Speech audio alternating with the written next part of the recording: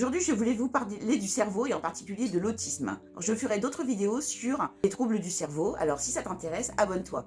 Alors pourquoi l'autisme aujourd'hui pour démarrer cette série? Car aujourd'hui, c'est la journée mondiale de sensibilisation à l'autisme. Alors, c'est quoi l'autisme? Ou trouble du spectre autistique est un trouble du neurodéveloppement du cerveau. Cela veut dire que le cerveau se construit différemment très tôt, dès la naissance, donc même avant, in utero, et dans les premières années de vie. Alors comment ça se passe? À ce moment-là, le cerveau crée des connexions entre les neurones, organise les circuits du langage, des émotions, de la motricité et apprend à traiter les informations. Dans l'autisme, ces circuits se développent différemment. Cela peut se manifester par des difficultés dans la communication et les interactions sociales, et aussi des comportements, des intérêts ou des routines plus restreints et répétitifs. On parle de spectre parce que les profils sont très différents.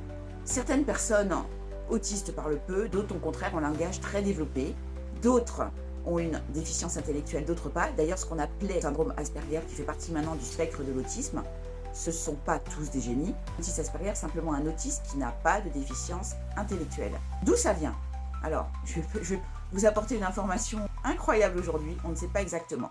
Mais les études récentes penchent sur l'origine génétique. Malheureusement, on n'a pas beaucoup de pouvoir là-dessus. Et l'influence de facteurs environnementaux. En revanche, on peut accompagner une personne autiste pour lui permettre d'avoir la meilleure vie possible. Si tu veux savoir comment faire, lis la description.